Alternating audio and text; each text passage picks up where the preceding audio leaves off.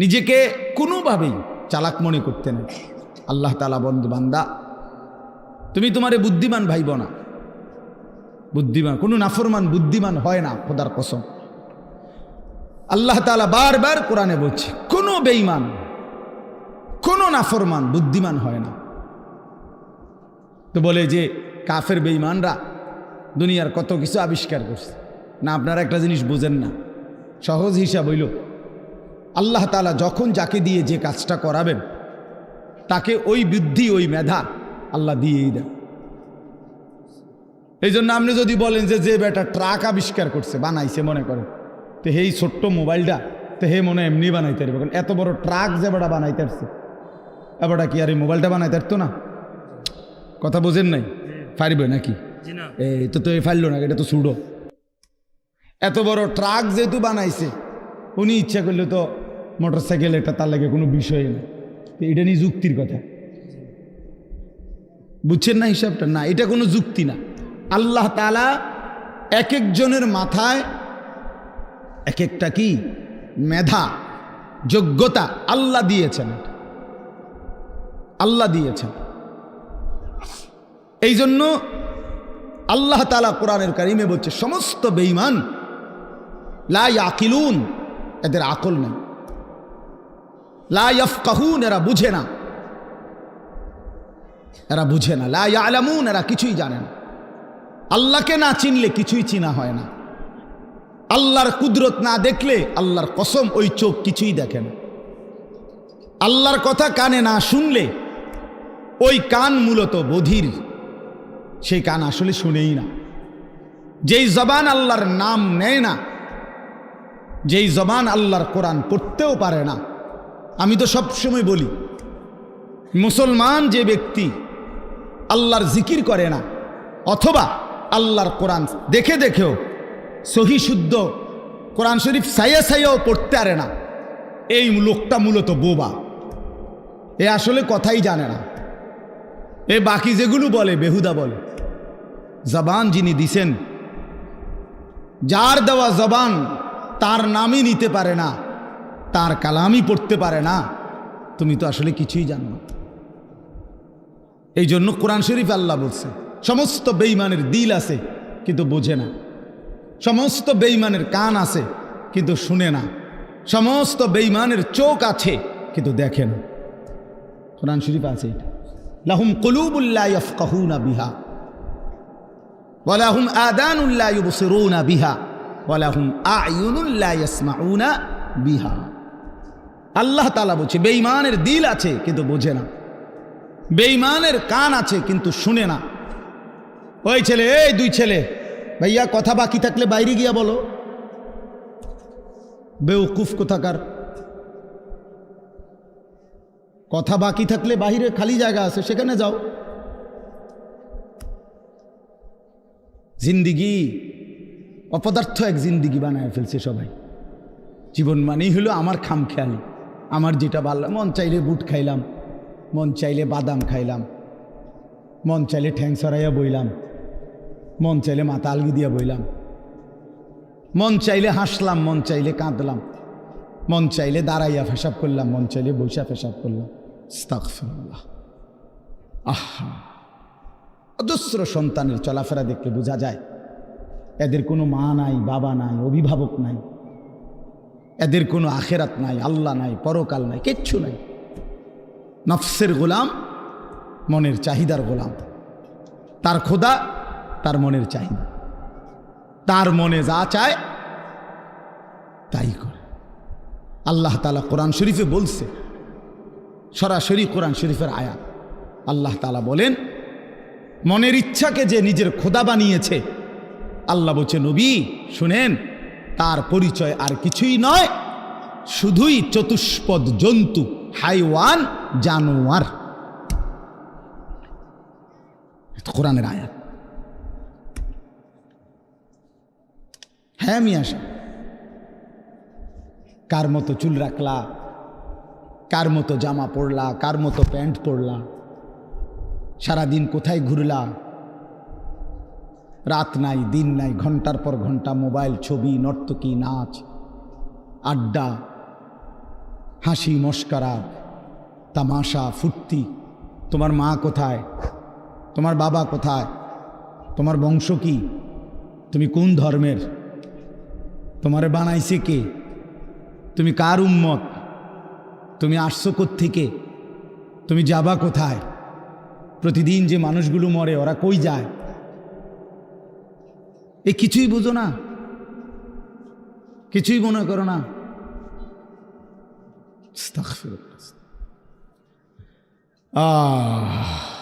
চলো ভাই, এই জন্য বললাম বাপ, এটা জরুরি বিষয়। আমি ওই মৌলানা ইয়াহিয়ার কথার থেকে বলতেছিলাম, আল্লাহ তাআলা 24 ঘন্টা নজর রাখে। আল্লাহ তাআলা বলে, বান্দা আমি দেখি আমার চোখের সামনে তুমি কেমনে নাফরমানি করো, কেমনে নাফর। এতবার নিষেধ করলাম, একবারও আমার কথা শুনলা না। এতবার আদেশ করলাম, একবারও শুনলা না। কোরআন শরীফে আছে, আল্লাহ বলছেন ফাবিআইয়ি হাদিসিন বা'দাহু ইউমিনুন। আল্লাহ তাআলা বলেন, বান্দা কোরআনের চাইতে দামি আর কোন কথা বললে তুমি ঈমান আনতা। ওফ, এর চাইতে দামি কি বললে তুমি বিশ্বাস করতে। আল্লাহ তাআলা বলছে, দুনিয়াবাসী আমার সবচেয়ে কলিজার টুকরা বন্ধু, আমার সবচেয়ে প্রিয় রসুল, আখিরি নবী, আমার বন্ধু, আমার হাবিব রসুল আকরাম সাল্লাল্লাহু আলাইহি ওয়াসাল্লাম, তাকে দিলাম তোমার জন্য। আমার সর্বশ্রেষ্ঠ কিতাব কোরআন দিলাম তোমার জন্য। এরপরেও তুমি পাত্তা দিলা না, এত বড় রসুলকেও পাত্তা দিলা না, এত বড় কিতাবকেও পাত্তা দিলা না। এরপরে আর কি দিলে ঈমান আনতা? আর কি বললে সেজদা করতা? আমার মতো মালিক আর কতবার বললে তুমি সেজদা দিতা? আমার রসুল কতবার কাঁদলে, আর কতদিন কাঁদলে? 23টা বছর তো কাঁদছেন বন্ধু আমার। সেই বন্ধু আর কত কাঁদলে তুমি নামাজ পড়তা?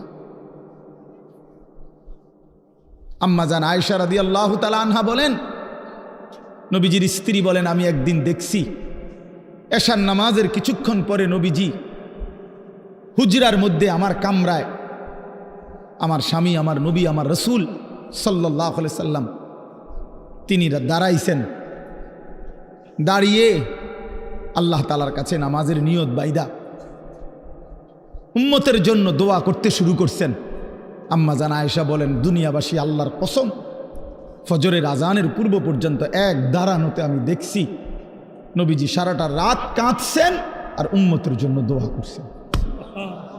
সারা রাত, সারা রাত। ইন তুআযিবহুম ফাইন্নাহুম ইবাদুক ওয়া ইন তাগফির লাহুম ফাইন্নাকা আনতাল আজিজুল হাকীম।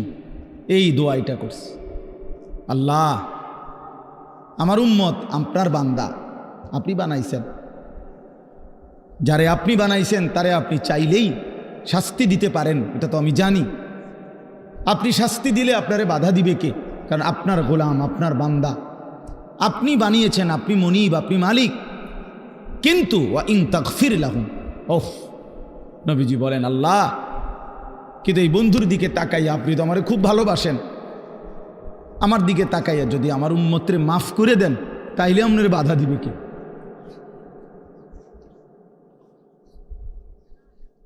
আপনি মাফ করে দিলে আপনারা তো কেউ কিছু বলতে পারবে না, এই ক্ষমতা তো কারো নাই।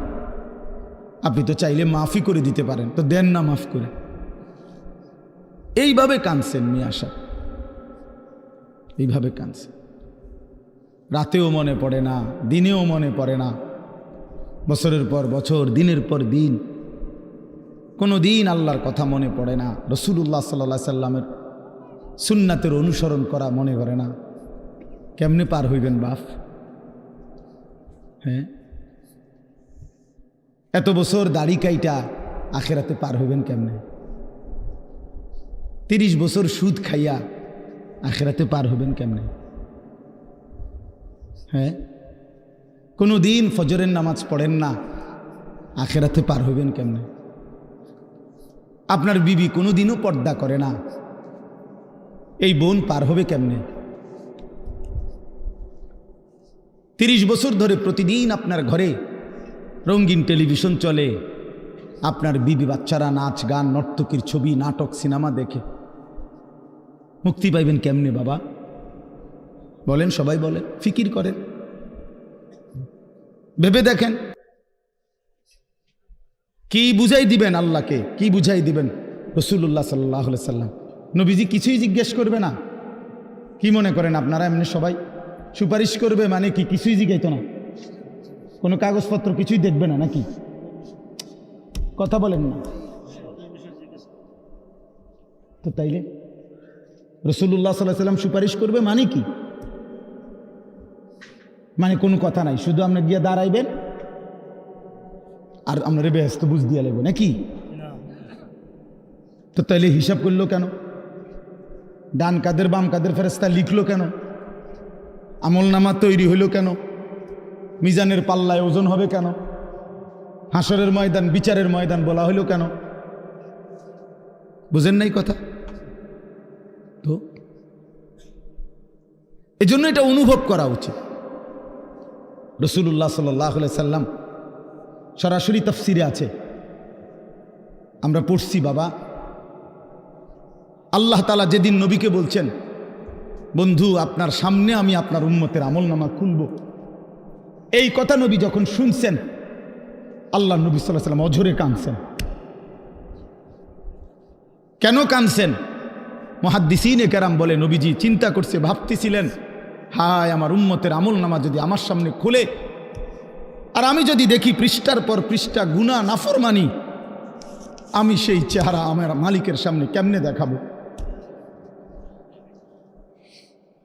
আমি কেমনে বলবো সর্বশ্রেষ্ঠ নবীর উম্মত এমন নাফরমান কেমনে হয়?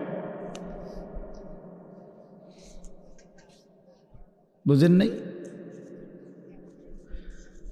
এই জন্য বিষয়টারে এত তামসা মনে করেন না। রাসূলুল্লাহ সাল্লাল্লাহু আলাইহি সাল্লামের ভালোবাসা আপনার জায়গার থেকে আপনি বুঝে নিয়েন। আপনি যেই তরিকাতে আছেন, আপনার তরিকা লইয়া আমার টানাটানি নাই, আপনার পিসাব লইয়া আমার টানাটানি নাই, আপনার দরবার নিয়ে আমার টানাটানি নাই। আপনার যেমনে হোক, আমি আপনি সবাই মিলে চলেন, ফিকির করি কেমনে আখিরাতের মুক্তি মিলবে। জান্নাতের অনেক দরজা, জান্নাতের দরজা একটা না, অনেক দরজা। যে কোনো এক দরজা দিয়ে ঢুকতেই, এই এখন শুনামু আপনার ঘরে, এখন পড়ছি, ওয়ানাযা'না মা ফি সুদুরিহিম মিন গিল্লিন। আল্লাহ বলেন, আমার যতগুলো বান্দাকে আমি জান্নাত দেব, ঢুকবার আগেই আমি তাদের কলিজা থেকে চিরদিনের জন্য হিংসা, বিদ্বেষ, রাগ, ক্ষোভ, ক্রোধ সরাই দেব। ইখওয়ানান, সবাইরে ভাই ভাই বানায় দেব। আলা সুরুরিম মুতাকাবিলিন, সমস্ত জান্নাতি পরস্পর পরস্পরের মুখোমুখি হয়ে আনন্দ আর ফুর্তিতে মজে থাকবে।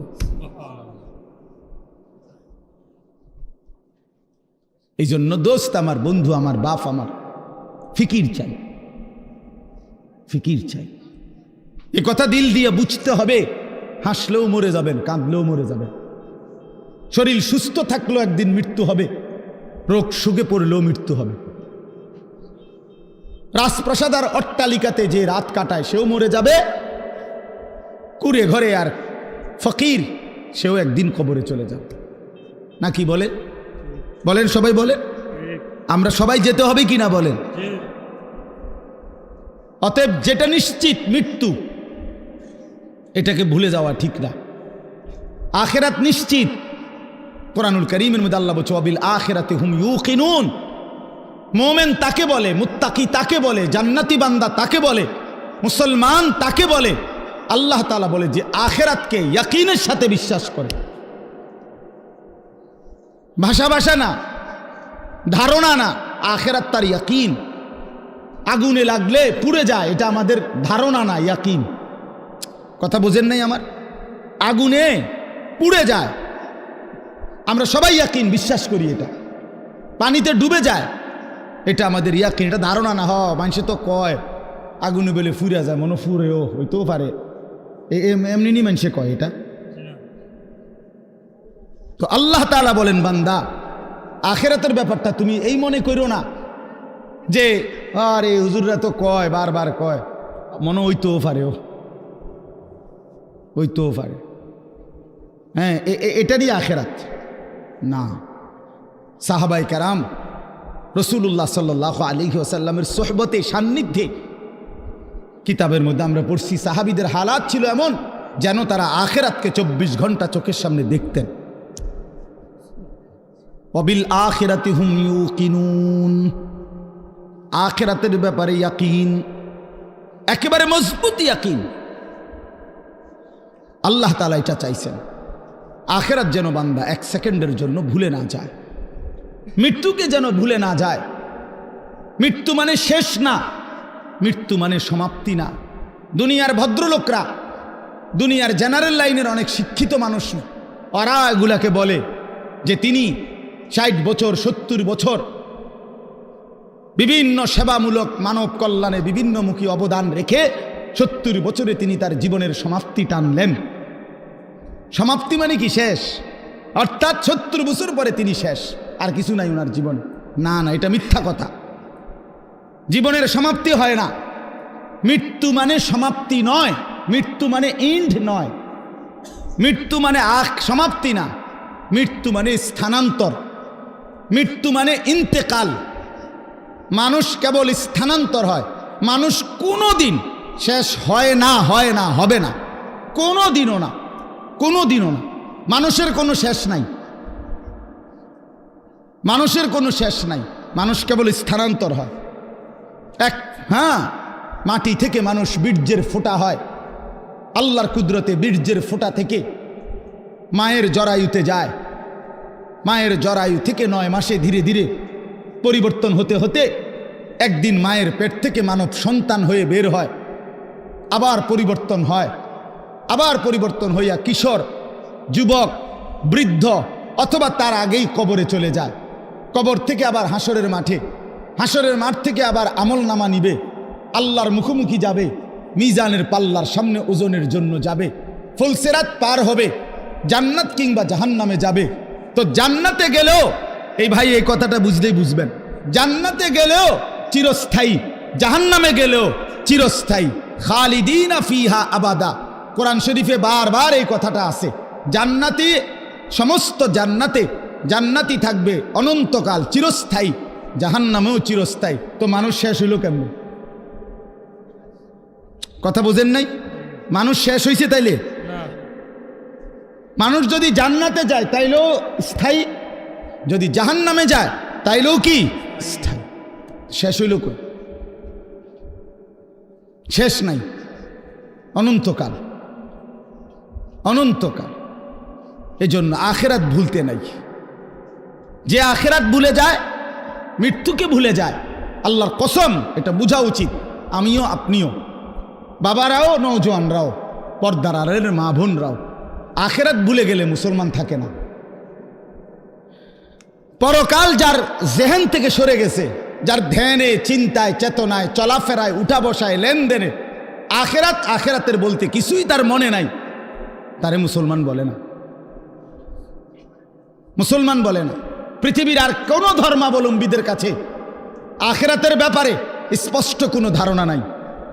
হিন্দু ধর্মের অনুসারী যারা, তারা মনে করে মৃত্যুর পরে মানুষ আবার পুনর্জন্ম হয়, জন্মান্তর হিন্দু ধর্মের একটা গুরুত্বপূর্ণ বিশ্বাস তাদের। আবার পুনরায় জন্ম হয়।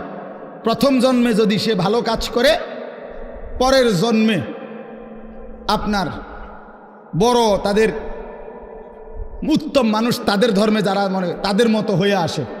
আর যদি প্রথম জন্মে মন্দ কাজ করে, পরের জন্মে বিভিন্ন জীব জন্তু কীট পতঙ্গের মতো হইয়া জন্ম নেয়। এইটা তাদের বিশ্বাস।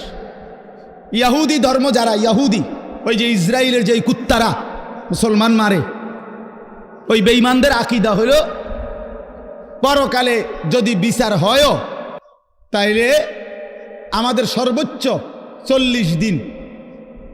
আমরা মুসা আলাইহিস সালামের কথা শুনি নাই, এই জন্য হয়তো 40 দিনে হালকা কিছু ফিটা টিটা দিতে পারে, এর বেশি দিবে না কাউরে। 41 দিনের দিন সব স্বর্গে চলে যাবে। হ্যাঁ হ্যাঁ, এটা কোরআন শরীফে আছে এটা।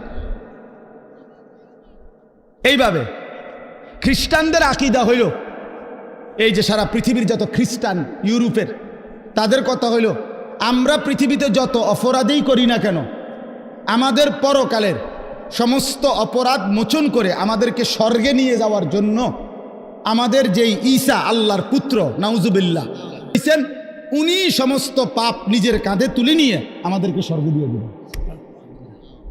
পাগলের কি পরিমাণ মাথা খারাপ! আমার এক হুজুরে বলতেন, আরে প্রথম মাথা খারাপ হইলে কয় পাগল, এরপরে আবার মাথা খারাপ হইলে কি করবো হেরে, তখন বলবে আর যে পাগলের মাথা খারাপ। প্রথম তো মাথা খারাপ হয়েছিল আর এই পাগল হয়েছে, এখন আবার কি হয়েছে? আগে তার ছিল 3-4টা অনসি পুরাডি ছিঁড়ে গেছে। এই ধরনের মাথা খারাপ এরা।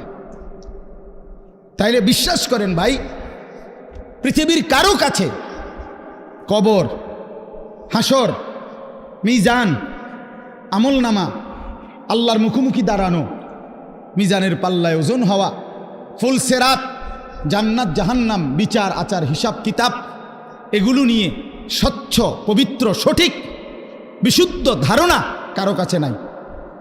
একমাত্র আল্লাহর কোরআন, প্রিয় নবী সাল্লাল্লাহু আলাইহি ওয়াসাল্লামের হাদিস, এর মধ্যেই কবর, হাসর, আখিরাত, পরকালের সঠিক পূর্ণ বিবরণ আল্লাহ এবং তার রাসূল পেশ করেছে। বলেন আলহামদুলিল্লাহ। নবী সাল্লাল্লাহু আলাইহি সাল্লাম ভাঙ্গা ভাঙ্গা বলছে, আমরা হাদিসে পড়ছি নবীজি সাল্লাল্লাহু আলাইহি ওয়াসাল্লাম জানাজা পড়তে গেছে। হযরত বারা ইবনে আযিব থেকে বর্ণিত, তিনি বলেন যে আমরা নবীজির সাথে এক সাহাবীর জানাজা পড়তে গেছি।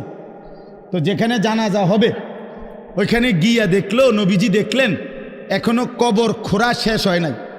ওয়ালাম্মা ইয়ালহাদ, কবর খোঁড়া এখনো শেষ হয় নাই, তাহলে আরো সময় লাগবে 20-25 মিনিট, কথার কথা।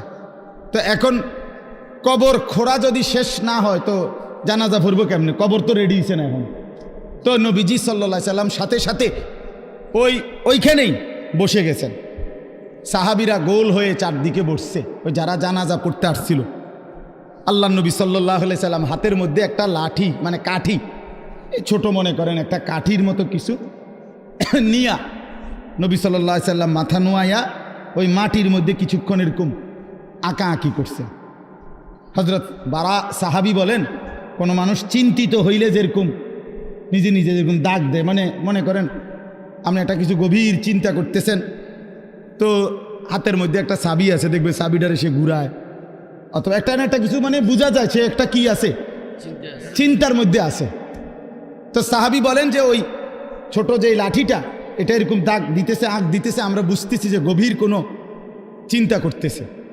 এরপরে নবীজি বললেন সাহাবীদেরকে 3 বার, প্রথম বললেন ইস্তাইজু মিন আযাবিল কবর, সাহাবীরা আল্লাহর কাছে দিবানিশি কবরের আযাব থেকে পানাহ চাও, কবরের আযাব থেকে আল্লাহর কাছে মুক্তি চাও। 3 বার বলছে কথাটা। এরপরে নবীজি সাল্লাল্লাহু আলাইহি ওয়াসাল্লাম এক টানা লম্বা হাদিস, 2 পৃষ্ঠার মতো বড় কিতাবে আল্লাহ নবী সাল্লাল্লাহু আলাইহি ওয়াসাল্লাম এই কোনো ব্যক্তির নেককারের রুহু কেমনে কবজ হয়, নাফরমানের রুহু কেমনে কবজ হয়, এই 2টা থেকে শুরু করে কবরের পুরা ঘটনাটা আল্লাহ নবী সাল্লাল্লাহু আলাইহি সাল্লাম বলছেন। সাহাবীরা মনোযোগ দিয়ে শুনছেন, চোখের পানি ফেলে কাঁদছেন। আল্লাহ নবী সাল্লাল্লাহু আলাইহি সাল্লাম বলেন, সাহাবীরা শুনো, কোনো নাফরমানের মৃত্যুর যখন পাপীর সময় হয়, মালাকুল মউত আজরাইল আইসা প্রথম ডাক দেয় যে হে অপবিত্র আত্মা, আইয়াতুহান নাফসুল খাবিসা, এই খবিশ আত্মা বের হও, উখরুজি ইলা সাখাতিল্লাহ, আল্লাহর অসন্তুষ্টির দিকে বের হও। নবীজি বলেন নাফরমান পাপী আল্লাহর অবাধ্য, তার রুহুটা তখন বের হতে চায় না। মালাকুল মউত আজরাইল কলিজাটার মধ্যে খপ করে ধইরা রুহুটা কলিজা থেকে টান দিয়া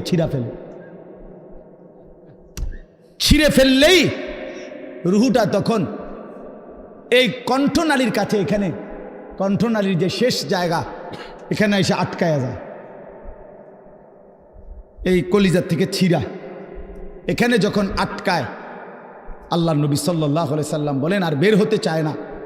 আজরাইল তখন কোনো কিছুকে টাইনা হেসরাইয়া ছিঁড়া, টাইনা টুইনা হেসরাইয়া যেভাবে বের করে, মালাকুল মউত আজরাইল ওই নাফরমানের রুহুকে এইভাবে টাইনা হেসরাইয়া ছিঁড়া ফাইরা তারপরে বের করে,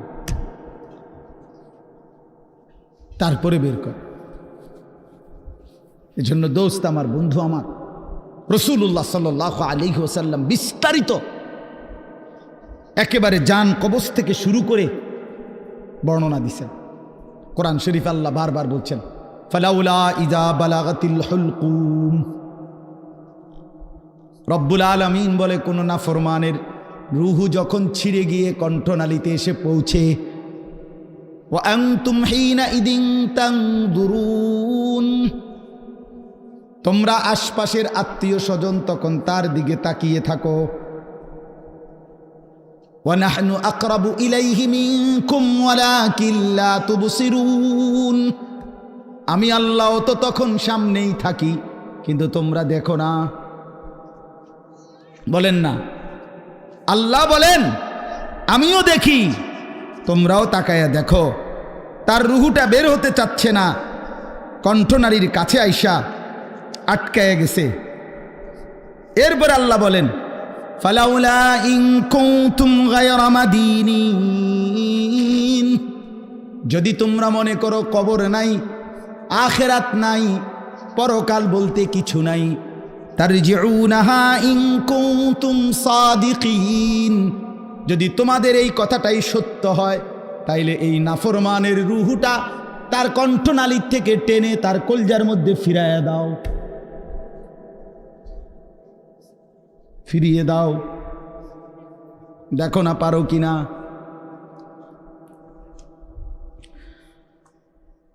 তাহলে বলেন সম্ভব তখন? মানে কেউ পারবে তো তখন নাকি? কোরআন শরীফের জন্য আছে, আল্লাহ বলছে আউলা লাকা ফাআউলা সুম্মা আউলা লাকা ফাআউলা। আল্লাহ বলে, নাফরমান বান্দা মনে রেখো, তুমি 4 বার কষ্ট পাইবা, তুমি 4 বার যন্ত্রণা পাইবা, তুমি 4 বার আযাব পাইবা। আমি আল্লাহ বলে রাখলাম, আউলা লাকা ফাআউলা সুম্মা আউলা লাকা ফাআউলা। একবার জান কবজের সময় কষ্ট পাইবা, 2 নম্বরে কবরে কষ্ট পাইবা, 3 নম্বরে হাসরের ময়দানে কষ্ট পাইবা, 4 নম্বরে জাহান্নামে কষ্ট পাইবা, জাহান্নামে কষ্ট পাইবা। এই জন্য ভাই আমি আপনাদের কাছে এবার আসেন, যেই আয়াতগুলো পড়ছি এই আর অল্প একটু সময়, এই আয়াতগুলো রাতের 11:30 বাজে, চিন্তা করেন বাইরে, এরপরও মানুষ কথা, কি আকল, কি দেমা, এরা থামবে কখন? চিন্তা করেন, মানুষের বিবেক, রাতের 11:30 বাজে গেছে, এরপরও বাহিরে কিছু মানুষ, আরে বাবা আপনি ঘুমাইলেই তো ভালো।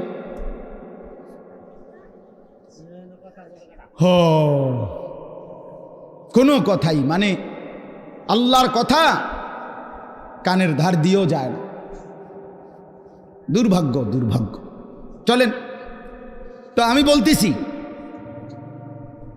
আখেরাতকে যদি কেউ ভুলে যায়, আর অল্প একটু আমার কথাটা শুনেন, আখেরাতকে কেউ ভুলে গেলে, যুবক ভাই তোমরাও শোনো ভাই, আখেরাতকে ভুলে গেলে সে আর মুসলমান থাকে না। মানুষ আখেরাতকে ভুলে গেলে মানুষ জানোয়ার হয়। দুনিয়ার কোনো আইন দিয়া, আরো কোনো আইন না, আরো পুলিশ, র্যাব, বিজিবি না, এর উর্ফে আরো 10টা বাহিনীও যদি পৃথিবীতে চালু করে, মানুষের থেকে মন্দ অভ্যাস, মানুষের গুনাহের প্রবণতা, মানুষের অপরাধের মানসিকতা কমবে না। মানুষ সুযোগ খুঁজে, দুনিয়ার এই আইন প্রশাসনের কাছ থেকে মানুষ ফাঁকফুক খুঁজে, আর কি কৌশল বাইর করে, কোনো না কোনো কৌশলে পুলিশরে ফাঁকি দেয়, র্যাবকে ফাঁকি দেয়, বিজিবি ফাঁকি দেয়, মেম্বাররে ফাঁকি দেয়, চেয়ারম্যানরে ফাঁকি দেয়, বাবাকে ফাঁকি দেয়, মাকে ফাঁকি দেয়, কাউকে না কাউকে ফাঁকি দিয়া কোনো না কোনো বুদ্ধি বাহির কইরা সে অপরাধ করে। কিন্তু যার কলিজার ভিতরে আল্লাহর সামনে দাঁড়াইবার অনুভূতি, আখেরাত, পরকাল, নিজের বিচার, নিজের হিসাব, যে এই কথা দিল দিয়া বুঝে যে আমার 1 সেকেন্ড আল্লাহর আড়ালে না, আমার প্রতি নিঃশ্বাসের হিসাব দিতে হবে, প্রতি সেকেন্ডের হিসাব দিতে হবে। আল্লাহর কসম, এই আখিরাতের বিশ্বাস যার কলিজায় যতটা মজবুত হয়ে বসে, তো ততটাই তার অপরাধ কমে যায়, আল্লাহর বন্দেগী বেড়ে যায়। আপনি যদি বলেন আমি হুজুরের মধ্যে, আপনি যদি বলেন হুজুর আমনের মধ্যেও অনেক গুনাহ আছে, আমনেরও হুজুরদের মধ্যে বহুত কি আছে, পাপ আছে, আমরা জানি, হ্যাঁ তো আমিও কই জানি, তো বুঝতে হবে আমার মধ্যে আখিরাতের ঘাটতি আছে, আপনার মধ্যে যেমন ঘাটতি। কথা বুঝছেন কি না বলেন? আমি কোনো বেহেশতের থেকে আইছি না, আমি আইছি সাবের বাজারের থেকে। বুঝছেন আমার কথাটা? আমি এখন কি বেহেশতের থেকে আইছি? কে? আমি আইছি ক্যান্টনমেন্ট থেকে। তো আমি তো বেহেশতের থেকে আসি নাই, আমাকে হিসাবের জন্য যাইতে হবে। আপনি যেমন দাঁড়াবেন আমিও দাঁড়াবো, আপনাকে যেমন হিসাব দিতে হবে আমাকেও দিতে হবে। এই জন্য আখিরাত ভুলে গেলে এক মানুষের অপরাধ বেড়ে যায়, এক মানুষের বন্দিগি ছুটে যায়। কেন নামাজ পড়ে না? আখিরাত মনে নাই। কেন চুরি করে, জিনা করে, ব্যভিচার করে, মদ খায়, জুয়া খেলে? কেন সারা রাত যুবক সারা রাত উলঙ্গ ছবি দেখে, নর্তকীর নাচ দেখে, জিনা ব্যভিচারের দৃশ্য দেখে? মুসলমানের বাচ্চা হইয়া কোনোদিন খোদার 365 দিনের একটা বছরে কোনোদিন ফজরের নামাজ পড়ে না। মুসলমানের বাচ্চা এত বড় জানোয়ার কেন হইল? মুসলমানের ঘরে জন্ম নিয়া এত বড় হাইওয়ান কেমনে হইল? এক মহিলা 30 বছর ধরে বেপর্দা, মুসলমান হওয়ার পরও কেমনে হইল? একজন মুসলমান হওয়ার পরে 30টা বছর ধরে সে কেমনে সুদ খায়, কিস্তি নেয়, এত মিথ্যা কথা, এত গালিগালাজ কেমনে করে? 60টা বছর হইয়া গেছে, বুড়া মিয়া এখনো বিড়ি খায় কেমনে? 60 বছর বয়স এখনো সাদওয়ানে বৈশা টেলিভিশনে নর্তকীর নাচ দেখে কেমনে? কারণ আখিরাত ভুলে গেছে। কি ভুলে গেছে বলেন না কেন? অথবা আখিরাত মনে আছে, তবে আখিরাতকে সামান্য কিছু মনে করছে। মনে ঘন্টা 2-1 একটা বিষয়, হয়তো 2টা থাপড় চটকনা দিয়া, বুঝেন না কথা, 2-1টা থাপ্পড় টাপ্পড় দিয়া মনে কি করে দিব, ছেড়ে দিব। অথচ বিষয়টা তো এমন না। আল্লাহ তাআলা কোরআনে বলছে হাসরের ময়দানের একদিন, এক এক দিন, প্রতিদিন এক এক দিন 50,000 বছর। কোরআন শরীফের আয়াত, এটা কোনো হুজুরের ব্যাখ্যা না, ডাইরেক্ট কোরআনের আয়াত। ফি ইয়াউমিন কানা মিকদারুহু 50 আলফা সানা, প্রতিদিন একদিন হাসরের ময়দানের 50,000 বছর। 50,000 বছর একটা প্রচণ্ড গরমের জায়গার মধ্যে আপনারই যদি 4টা ঘন্টা 5টা ঘন্টা, চারিদিকে কোনো দরজা নাই, জানালা নাই, পুরা গরমের মধ্যে, এই প্রচণ্ড গরমের সিজনে যদি বসায় রাখে 10টা ঘন্টা, আপনি তো পাগল হয়ে যাবেন। আপনি তো গরমে পাগল হয়ে যাবেন।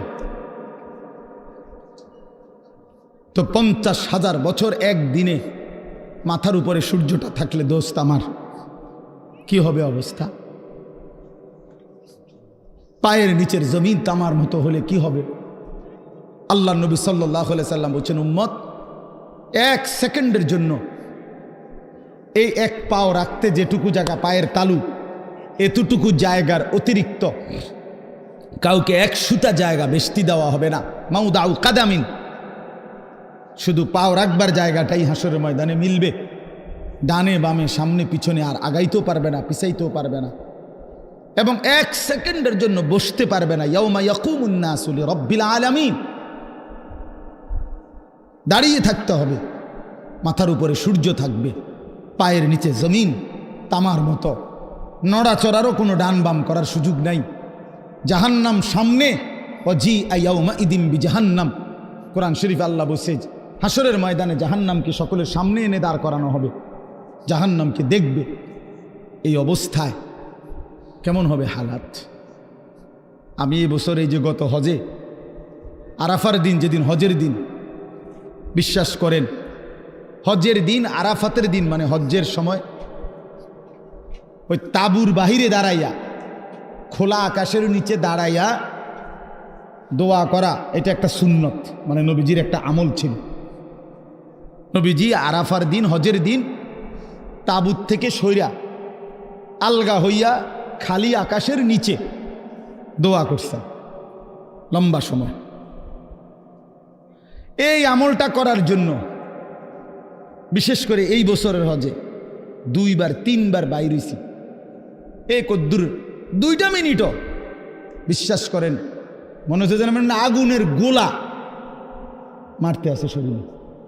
গরম কাহাকে বলে, একেবারে পুড়ে গেছে পাউডার পুইরা। আমি বাড়িতে আসার পরও তো প্রায় 15-20 দিন আমার হাতের কোনো শোধ আসিল না, এত গরম ছিল এবছর। তো অথচ আমরা সবাই বিজ্ঞানিক গবেষণা কি যেন আমাদের থেকে সূর্য কত দূরে, কত জি আচ্ছা এই ধরেন না যে দূর দূরে, এই 2,86,000 কণ আর 30 লক্ষ মাইল দূরে কণ, যাই বলেন অনেক দূরে কিনা বলেন না, এই লক্ষ লক্ষ মাইল দূরে সূর্যের তাপে যদি এই অবস্থা হয়, তো মাথার উপরের সূর্যের কি অবস্থা হয়? কেন নামাজ পড়ো না ভাইয়া? এই বাপ মুসলমানের বাচ্চা, কেন নামাজ পড়ো না? ছেলেরা আমার, কেন নামাজ পড়ো না? কেন নামাজ পড়ো না? মালিক আর কেমনে বললে নামাজ পড়তে?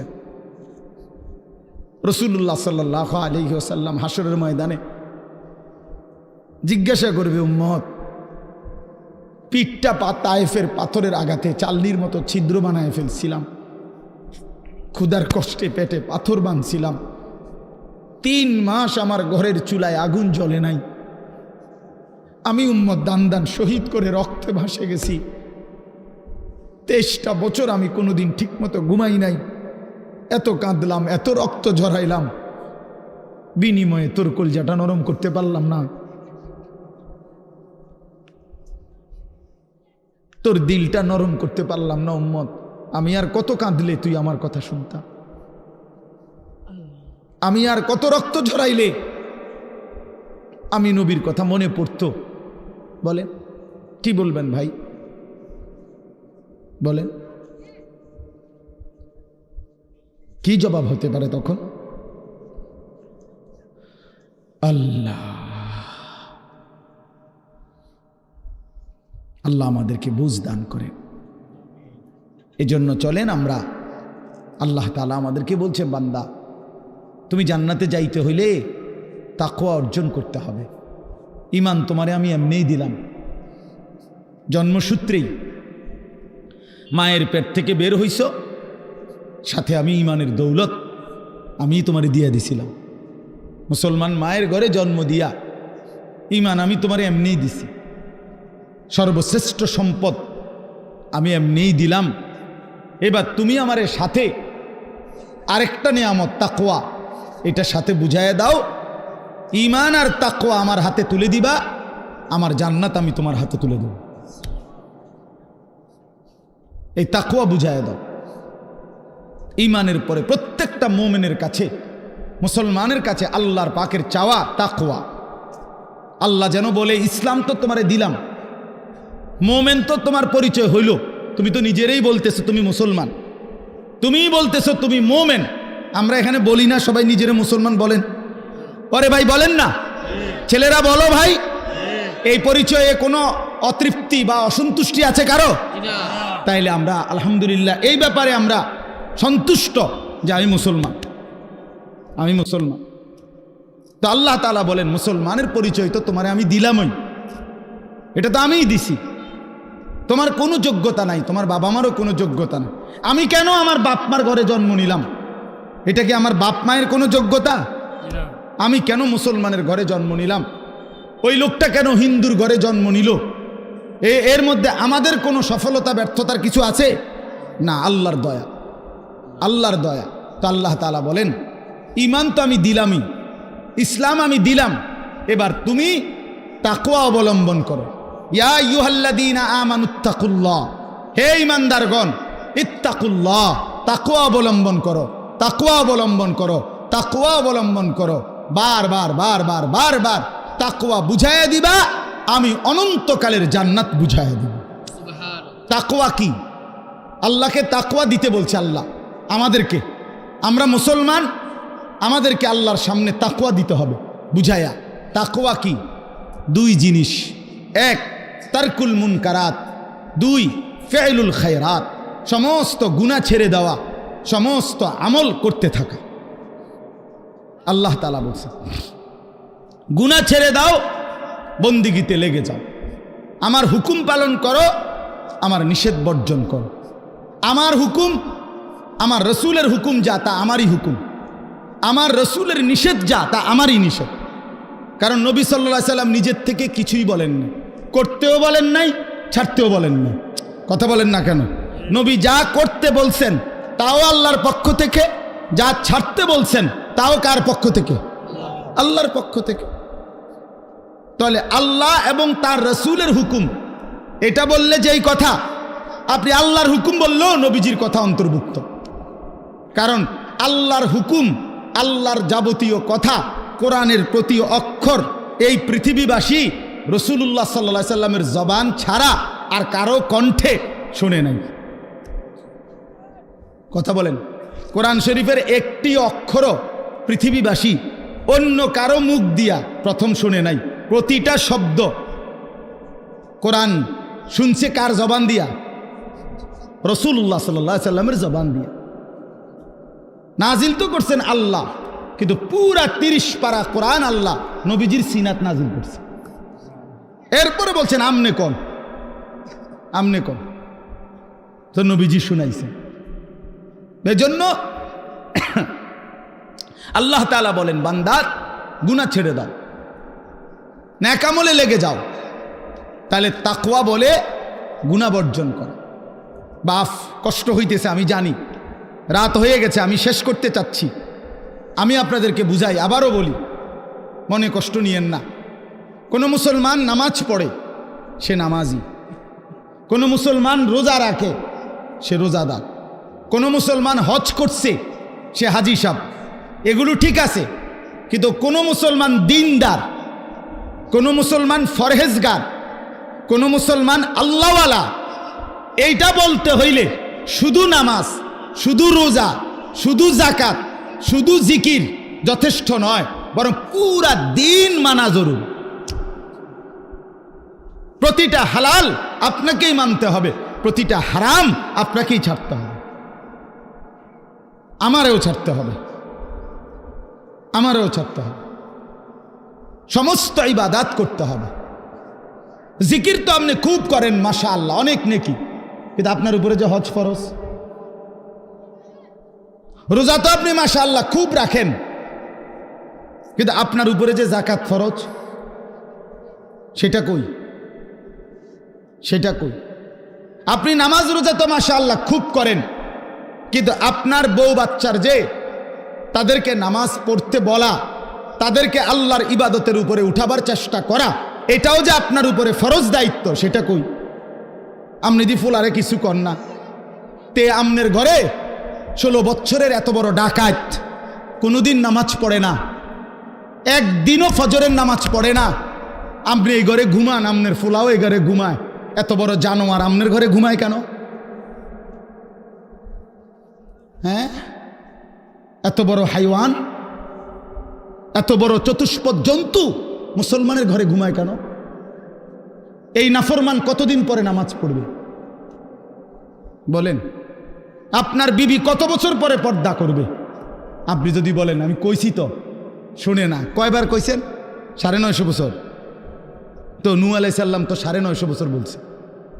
আপনি যদি কইছেন সর্বোচ্চ 10 বার, 50 বার, আর মনে করেন আপনি 50,000 বারে কইছেন, তো 50,000 বার বলার পরে অথবা 3 বছর বলছেন, অথবা 10 বছর বলছেন, তো 10 বছর পরে আর বলতে হবে না, এই ছুটি আপনারে কে দিল?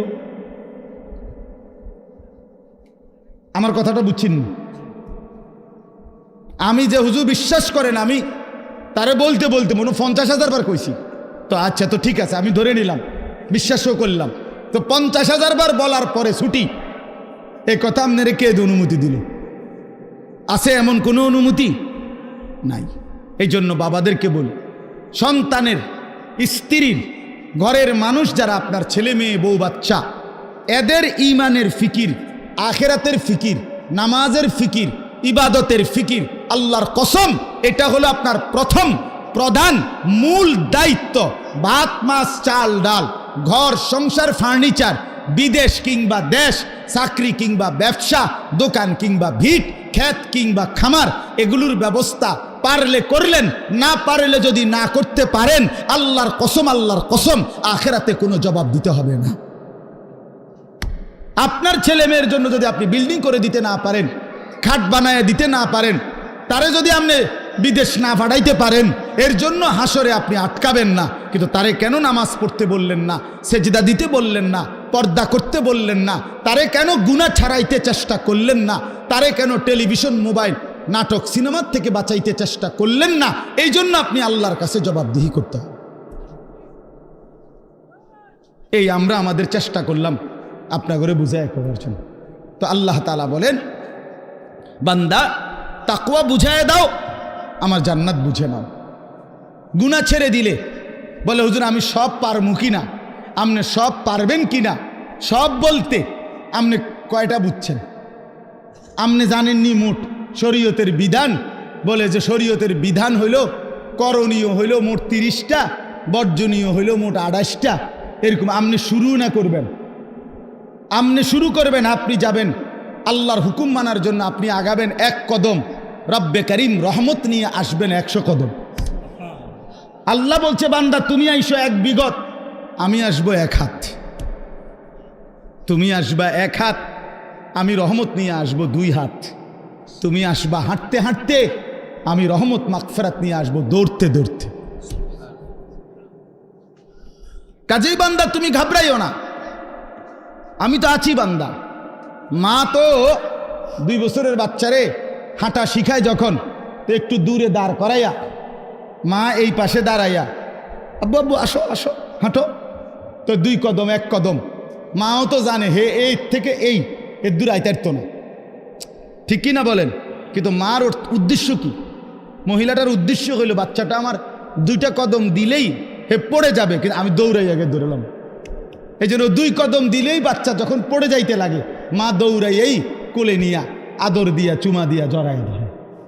তা রব্বুল আলামিন বলে, বান্দা তো আমার দুর্বলী, বান্দা তো আমার পুরা হক আদায় করতে পারবে না, কিন্তু আমার বান্দা আগায় আসলে, আমি তার দিল দেখলে, আন্তরিকতা দেখলে, গুনাহ ছেড়ে দিলে, আমি আল্লাহ লক্ষ কোটি গুণ রহমত নিয়ে তার কাছে আগায় আসবো।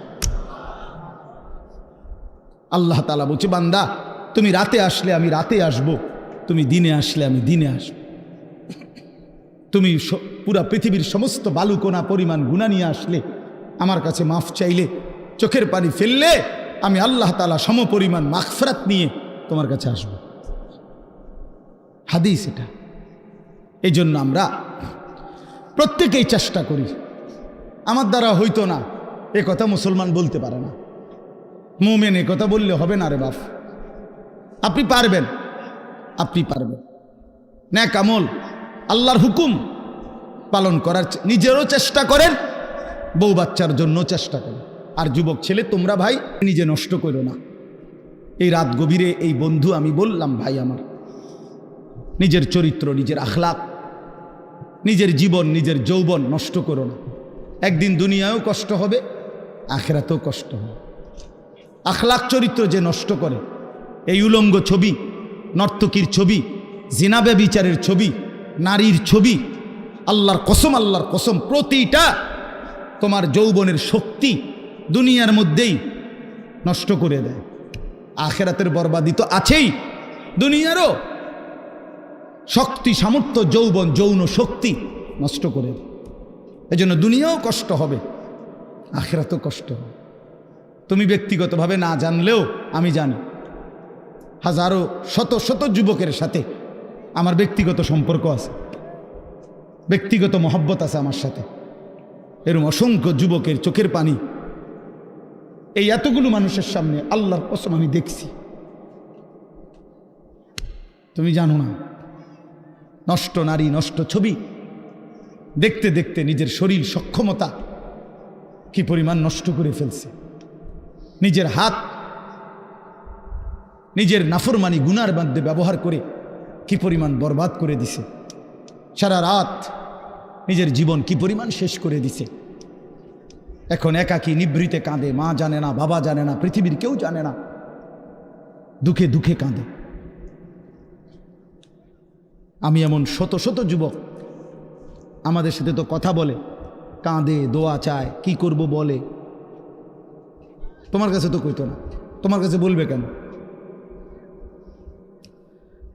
আল্লাহ আমাদেরকে মাফ করে দেন। এই জন্য আমি অনেক ছেলে দেখা বললাম, দয়া করে নিজের আখলাক, নিজের চরিত্র নষ্ট করলে মানুষ আর মানুষ থাকে না। তো আল্লাহ তাআলা বলেন, এবার এই তর্জমাগুলো শুনেন, তাইলেই কথা শেষ। আল্লাহ তাআলা আমাদের কাছে তাকওয়া চায়।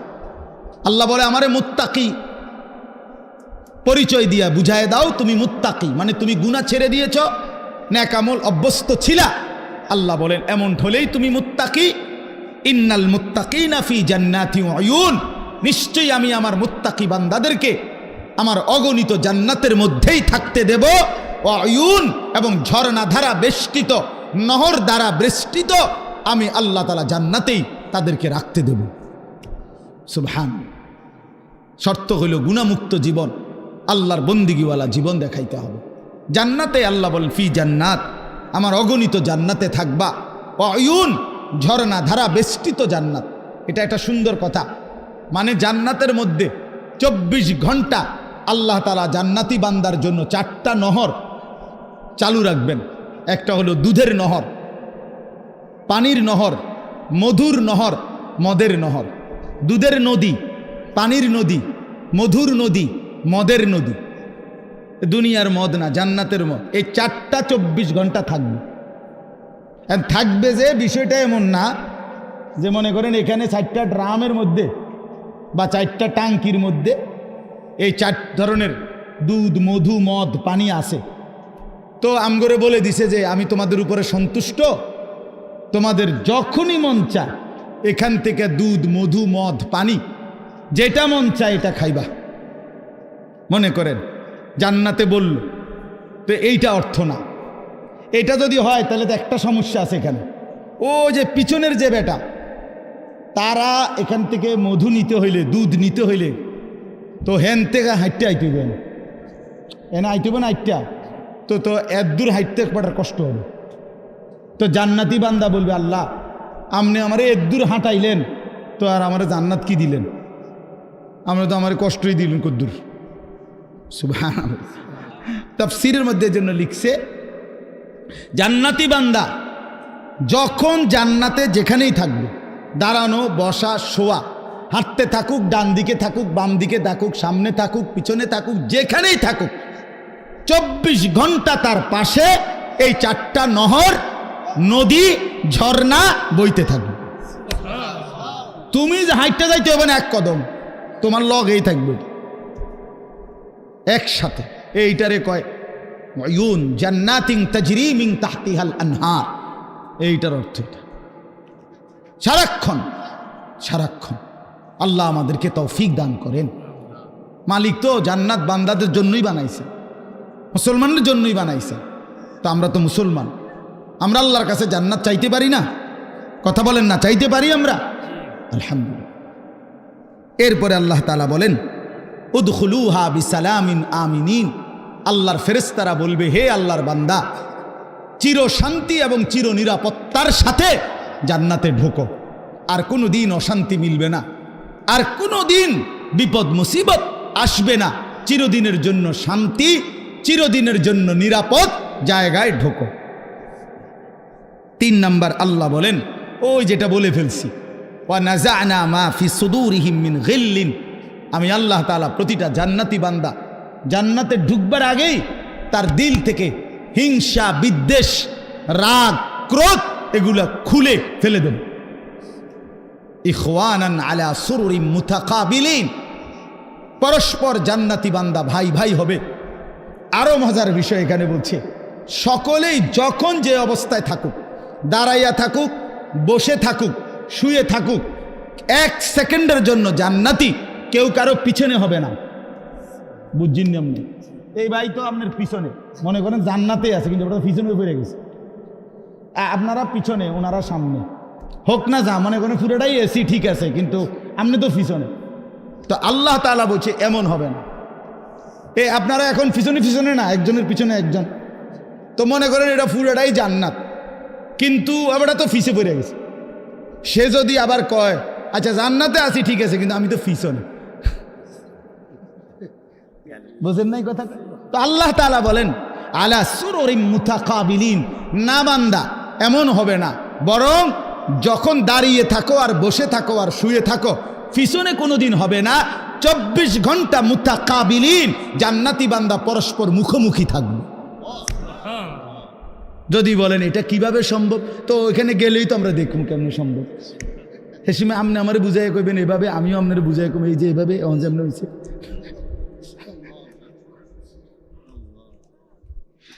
লা ইয়ামাসসুহুম ফিহা নাসাবুন, রব্বুল আলামিন বলে লক্ষ কোটি বছরে জান্নাতীর কোনো দিন কোনো ক্লান্তি আসবে না। দুনিয়ায় দুঃখেও মানুষের ক্লান্ত হয়, আবার সুখেও ক্লান্ত হয়, হাসতে হাসতেও কাহিল হয়ে যায়, কানতে কানতেও কাহিল হয়ে যায়, খেলতে খেলতেও দুর্বল হয়ে যায়, হয় না? অনেকক্ষণ ধরে খেলতেছে তো এখন কি লাগতেছে? কাহিল লাগতেছে। তো হাসতে হাসতেও কাহিল হয়, কানতে কানতেও কাহিল হয়। আল্লাহ বলেন জান্নাতি বান্দা যত সুখের মধ্যেই থাকুক না কেন 24 ঘন্টা কখনোই কোনো ক্লান্তি আসবে না। ওমা হুম মিনহা বিমুখরাজিন, রব্বুল আলামিন বলেন কোনো দিন লক্ষ কোটি বছরে জান্নাতি বান্দাকে 1 সেকেন্ডের জন্য জান্নাত থেকে বের করা হবে না, কোনো দিন বাহির হবে না, অনন্তকালের জন্য থাকবে। এবার শেষ কথা বন্ধু, নব্বি এই বাদি আন্নি আনাল গফুরুর রহিম। রব্বুল আলামিন বলেন এমন সুন্দর এমন সুখের জান্নাত আমি আল্লাহ বর্ণনা দেওয়ার পরে বন্ধু ও নবী আপনাকে বলছি, কোন উম্মত যদি আপনার বলে আল্লাহ আমি তো শুনেছি জান্নাতের কথা, যেতেও মন চায়, কিন্তু এই পরিমাণ গুনার নাফরমানি করেছি রব্বুল আলামিন, যার কারণে গুনাহ তো অনেক বেশি, জান্নাতের আশাই করতে পারি না। আল্লাহ বলেন বন্ধু আপনি আমার সেই বান্দাদেরকে বলে দেন আন্নি আনাল গফুরুর রহিম, যত লক্ষ কোটি গুনাহ হোক না কেন ছেড়ে দিয়ে তওবা করে চোখের পানি ফেলে যদি আমি আল্লাহর দিকে ফিরে আসে, আমি আল্লাহ ওয়াদা দিলাম আসমান ছোঁয়া গুনাহ হলেও আমি আল্লাহ গফুর, আমি নিশ্চিত মাফ করে দেব। জান্নাতে যেতে চাও, অনেক গুনাহ, আল্লাহ বলে বান্দা ঘাবড়াইও না, তুমি যদি ফিরে আসো আগের গুনাহ ছেড়ে দাও, চোখের পানি ফেলে মাফ চাও আর করবে না ওয়াদা দাও, তো আমি 90 বছরের গুনাহ একসাথে 1 সেকেন্ডে মাফ করে দেব। 7 আসমান উঁচা গুনাহ মাফ করে দেব। তবে শর্ত হলো আসবা কিনা বলো, ফিরবা কিনা বলো, আগের গুরু ছাড়বা কিনা বলো। বিড়ি খাইতে খাইতে আস্তাগফিরুল্লাহ কইলে হইতো না, কথা বুঝেন নাই? টেলিভিশন চাইতে চাইতে তওবা তওবা কইলে হইতো না। আমাদের তো আমরা না বুঝি না, আল্লাহ তো বুঝে বাবা। আমরা তো অনেক সময় আছি এমনি ডুল্লা ডুল্লা আস্তাগফিরুল্লাহ তো পড়ি, কিন্তু গুনাহ থেকে আসলে ইস্তেগফার না, এটা মুখে বলে আর কি, জানে সে গুনাহ ছাড়বে না, তো এটা কিসের আস্তাগফিরুল্লাহ হলো? আপনার ইয়াকিন দিলের মধ্যে আপনি মিথ্যা ছাড়বেন না, তো আপনি কি গুনার তওবা করতেছেন? আপনি তো দিলের মধ্যে রাখছেন যে আপনি গুনাহ ছাড়বেন, আপনার পকেটে বিড়ি, আপনার মুখে দাড়ি কাটা, আপনার পকেটের টাকা সুদের টাকা, আমনে কোন আস্তাগফিরুল্লাহ রাব্বি কিতা কইলেন? কারে কইলেন? কিতা বুঝাইলেন আমনে? হ্যাঁ, এই জন্য বললাম আল্লাহ তাআলা বলে তওবা হলো বান্দা আগের গুনাহ ছেড়ে দেওয়া, আর করবে না ওয়াদা দিয়া লজ্জিত হয়ে মাফ চাওয়া। এমন হলে আমি 90 বছরের গুনাহ মাফ করে দেব। ওয়া আন্না আযাবি হুয়াল আযাবুল আলীম, আল্লাহ তাআলা বলেন, এই শেষ কথা ভাই, আমার এই শেষ লাইনটা শুনেন। যুবক ভাই তোমরাও শোনো, কষ্ট করছো তোমরা, সবাই মনোযোগ দিয়ে শুনে নাই, আমি দেখছি 2-4টা ছেলে পেলে এমনও যারা মনোযোগ দিয়ে শুনে নাই, কথা বলছে পরস্পর, অথবা একজনের কান্দের উপরে আরেকজন ভর দিয়ে রাখছে। মনে রাখবেন, এটা অসভ্যতা। কোনো প্রাপ্তবয়স্ক ছেলে, মানে 14 বছর 15 বছর থেকে উপরে যারা সাবালক, অর্থাৎ যাদের উপরে গোসল ফরজ হয়, এমন সাবালক ছেলে একজন আরেকজনকে জড়ায়া ধরা, এটা সম্পূর্ণভাবে শাহওয়াত, এটা অসভ্যতার অংশ। হ্যাঁ, এটা একটা শাহওয়াতের অংশ, এটা একটা নোংরামির অংশ। আপনি মনে করেন আমরা বন্ধু দেখে জড়াই, না না না, বন্ধু না, তোমার কাছে মধ্যে শাহওয়াত আছে দেখে জড়াই ধরছে। দুনিয়াবাসী না বুঝলে কি হয়েছে, আসমানওয়ালা বুঝে। এই জন্য ভাইয়া আখলাক বড় সম্পদ। তো বলতেছিলাম, শেষ কথা হলো, আল্লাহ বলেন, আপনাদের বাবাদেরকেও বলি, আমারও বলি, যুবক ভাই তোমাদেরকেও বলি, ওয়া আন্না আযাবি হুয়াল আযাবুল আলীম। আল্লাহ তাআলা বলছেন, বান্দা এতভাবে বললাম, আমার জান্নাত আমি সাজায় রাখছি, আমি বললাম আমি মাফ করে দেব, এরপরও যদি কেউ গাদ্দারি করো, অবাধ্যতা করো, হাসরের ময়দানে আল্লাহ তাআলা তার বহু বান্দার আমল ধুলির মতো উড়ায় দিবেন, ছুঁড়ে ফেলে দিবেন। সাহাবায়ে কেরাম, কথা বলো না ভাই, কথা বলো না, অবাক হয়ে জিজ্ঞেস করবেন। সাহাবীরা জিজ্ঞেস করছেন, ইয়া রাসূলুল্লাহ, তারা কারা? তো নবী সাল্লাল্লাহু আলাইহি ওয়াসাল্লাম বলছেন,